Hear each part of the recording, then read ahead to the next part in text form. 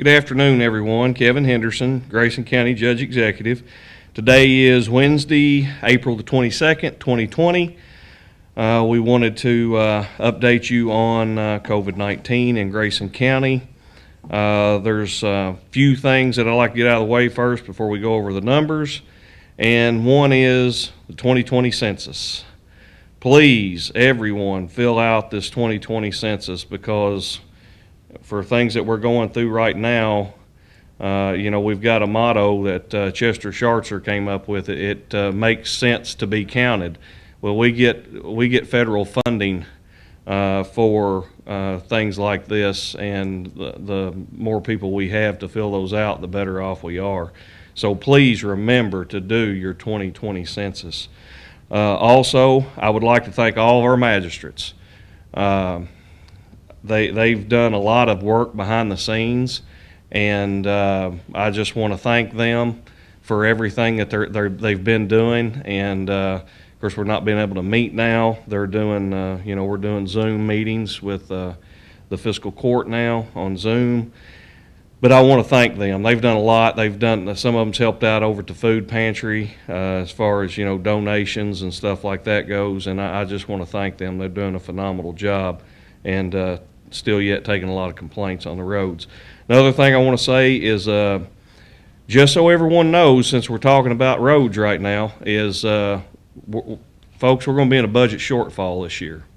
We already know that. That's probably going to happen in the third and fourth quarter, because if you don't have folks working and other things, we've already been contacted by the state. Our flex road funds is going to be cut, and also our municipal aid funds, which is rural secondary roads, are going to be cut, and simply because it works with the gas and the way the gas prices fluctuate. So just so you know, that's going to happen. So you probably won't see as much going on as you have in the past,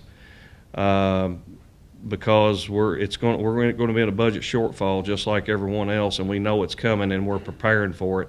And but just be aware, if you call your magistrates about road issues, be aware it's a lot of resurfacing probably is not going to happen this year until we find out exactly where we're going to be in all this. We're just trying to be very cautious right now. Also, Watson School Road Bridge, I mentioned it yesterday. It is closed. The state closed it. It failed inspection. And State Representative Samara Heverin is actually working on that to try to find a resolve where we can get it fixed a little bit quicker through Bridging Kentucky. So with that, I'd like to go over the numbers with you. And our jailer here, Grayson County Jailer Jason Loosli's here with us today.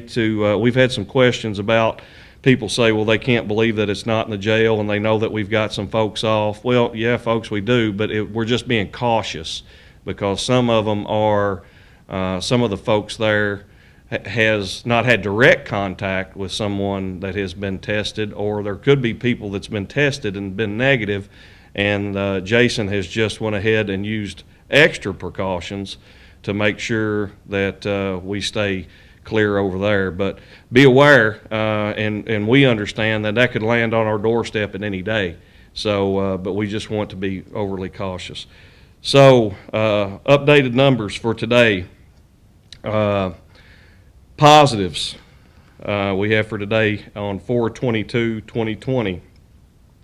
We have 6 new positives, and the first one is a 19-year-old female, which is an employee from Grayson Nursing and Rehab.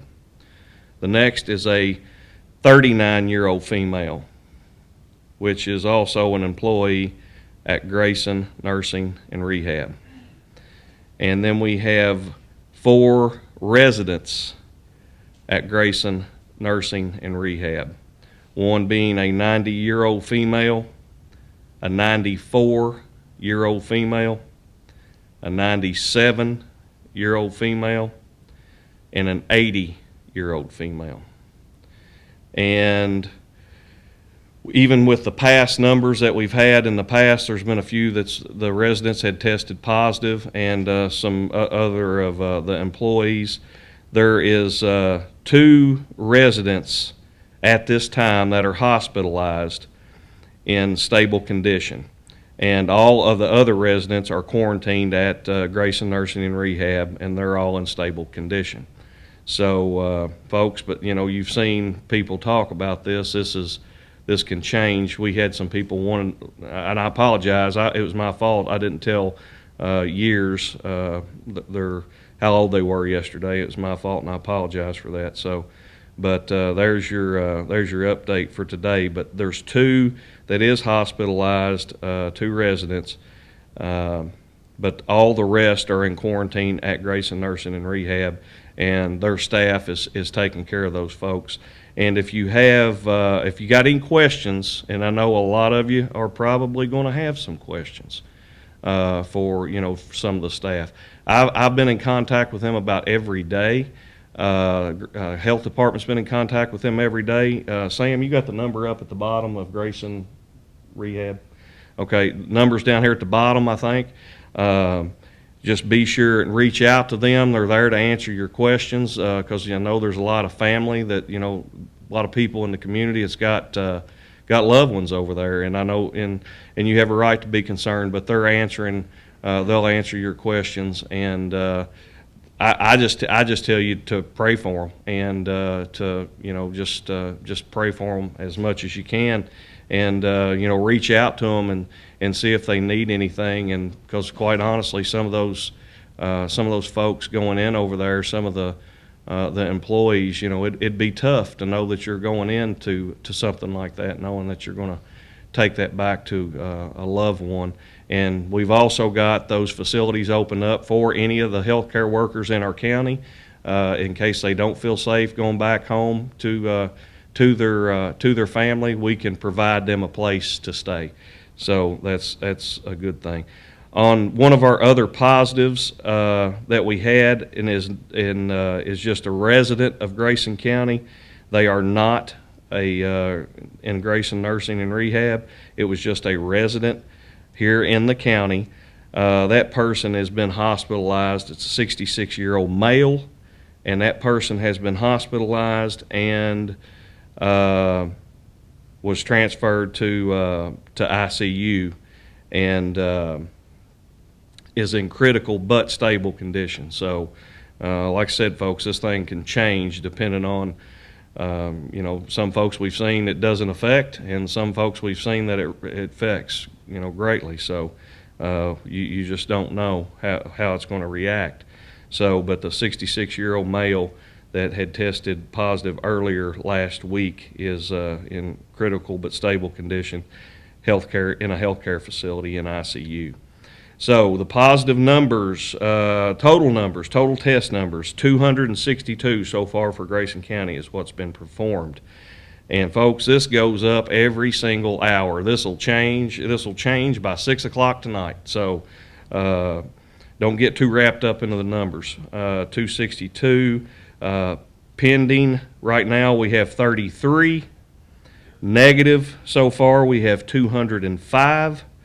And positive we have 24 now, 24 positive. However, when we started all this, we've already have 5 that have recovered. So with the 5 being recovered, and there's been, there's a couple of them was released, I think, to Josh. What is it today?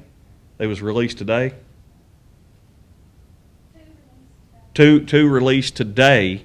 So, and some of you folks might have already been on Facebook talking about you've seen somebody that's been positive for it, and they're out, but that's fine. They've went through the guidelines, and Josh will talk a little bit more about that. And they have been cleared by CDC guidelines and State Board of Health and the Health Department to be out. So just be aware that they are out, and we still have just one death, which I said I was not going to say that. I'm not going to list those as numbers. We still have one person that's passed away, Mr. William Dean Smith. So continue to remember the Smith family in your thoughts and prayers. So up next, I'd like to introduce Grayson County Jailer Jason Loosli to let him tell you a little bit about what's going on at the jail. The reason we're doing this, folks, is because we had some people ask, so we're going to let it get it out there. So Jason Loosli. Thank you, Judge. Thanks for giving me the opportunity to talk this afternoon. I'll give a real quick update. We have had a few questions about what's going on, and not just at the jail, but with our staff and the community and stuff. So we'll try to update as much of that as we can. On March 12th, we started taking action. We closed all the traffic coming into the facility as far as public goes, and that went for also attorneys and law enforcement outside of our local law enforcement that bring in lockups. Court is currently being done by video conferencing for the most part. As far as our staff goes, deputies' temperatures are being taken before they actually go to work as they arrive at the facility. The deputies are on rotating schedules, so you might see some of the staff out in the community in the daytime that you don't typically see, and that's because we're rotating their schedules around. The deputies are wearing PPE while they're at work and interacting with the inmates. Currently, we have no positive inmates or staff. We have had, like the judge mentioned, we have had to test a few staff because they were in contact with someone in public that had been exposed, or during the process of taking temps, they might have had a little bit of elevated temperature. So we've had 7 of those total. 6 of those were negative, and 1 is pending that just came up today. So we'll have that back in 24 to 48 hours. And we expect that one to also be negative. I'd like to take a second, speaking of staff, to thank my staff. They're doing a phenomenal job, pretty much taking whatever comes at them and running with it in a professional manner, as they always should and they always do. And I can't say how much I appreciate that and how proud I am of every one of them. If you have any questions about your loved one, please feel free to call the office anytime.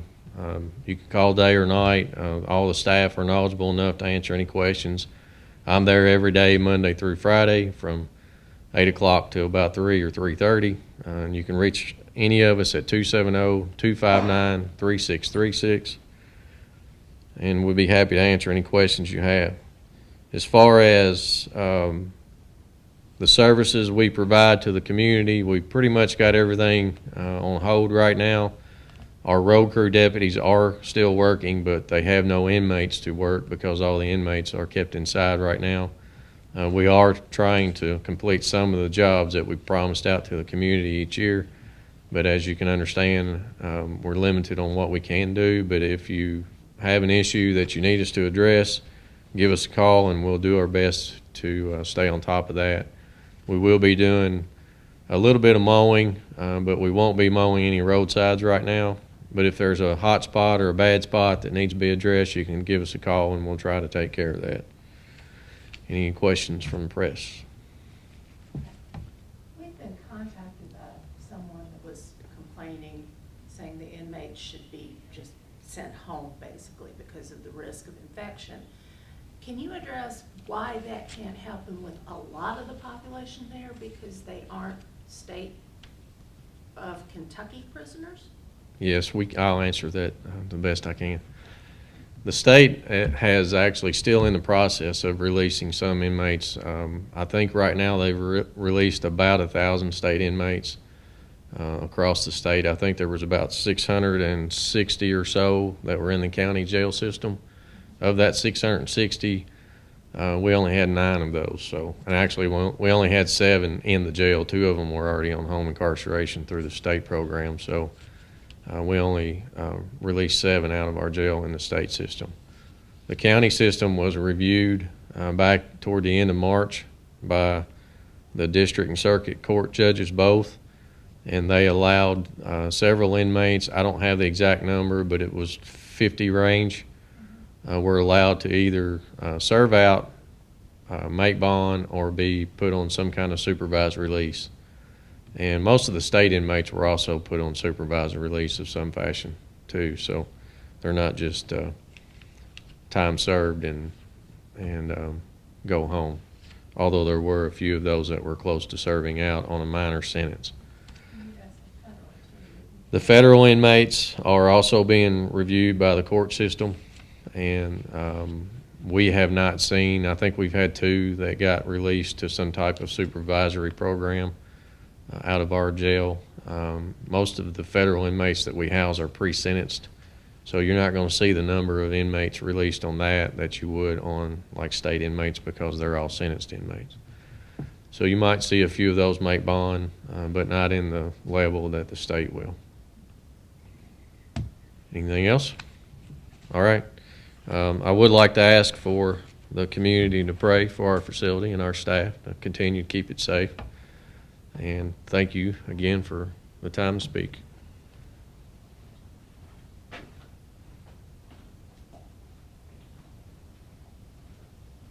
All right, thank you, Jason. I appreciate that. Just everybody be aware that the jail done a lot of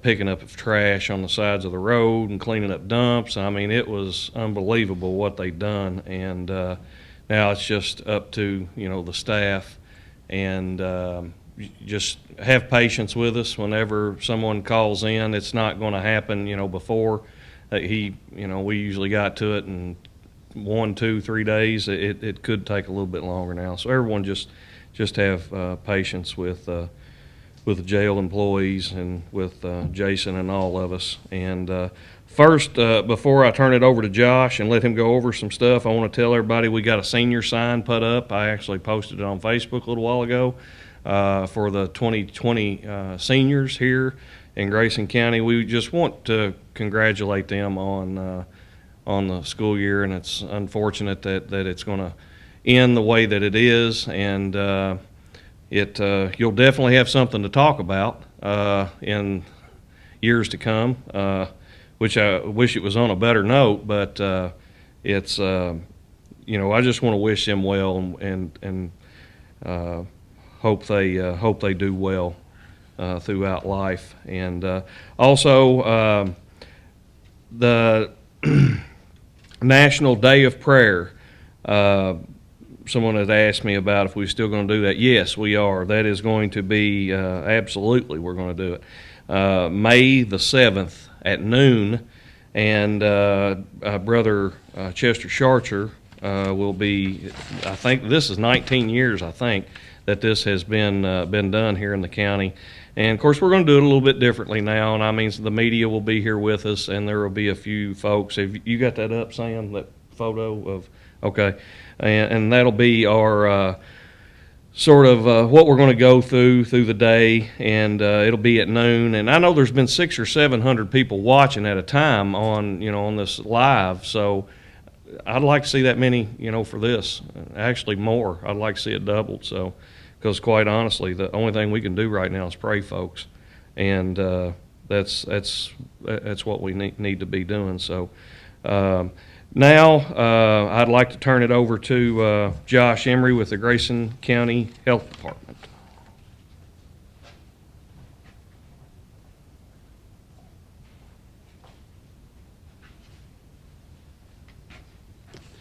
Thank you, Judge.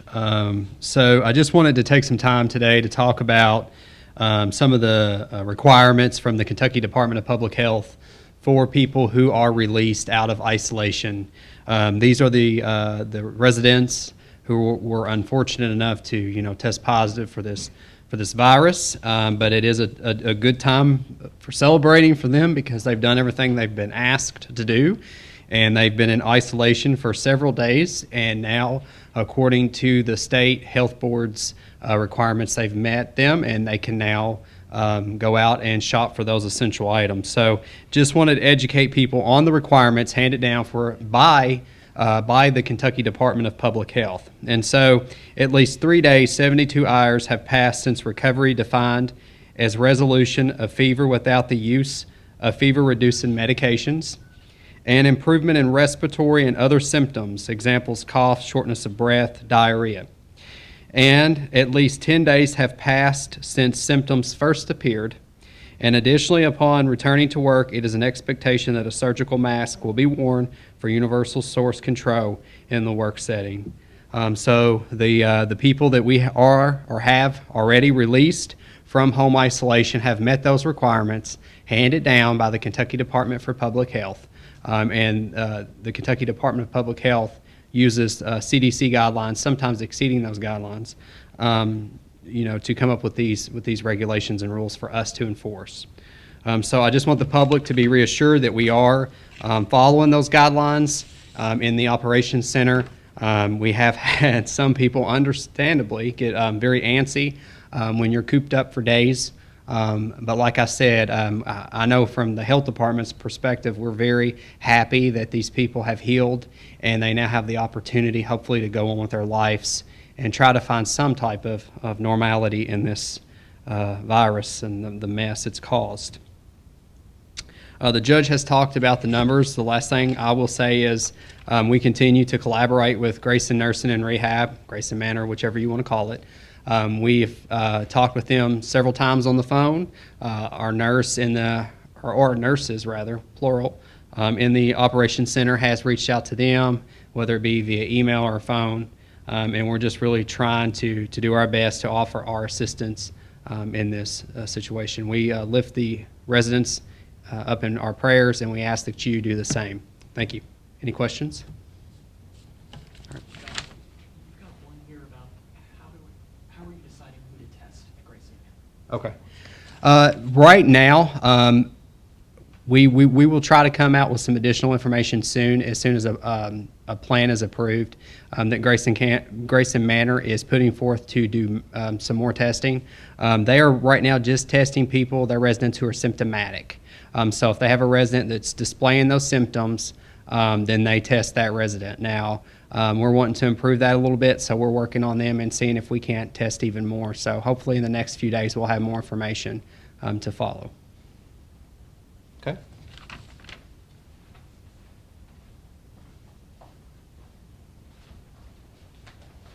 All right, thank you, Josh.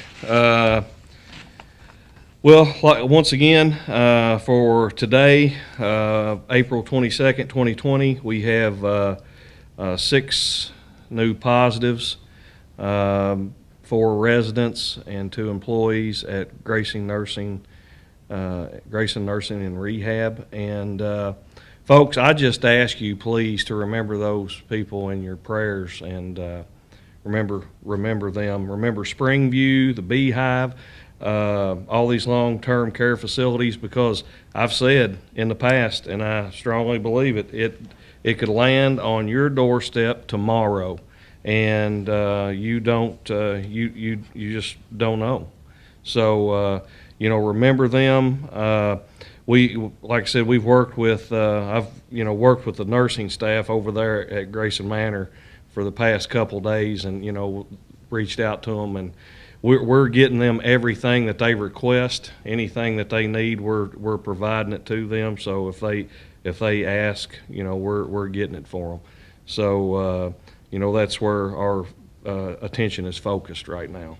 So but everyone, please stay safe and remember to stay Grayson County strong, and God bless you.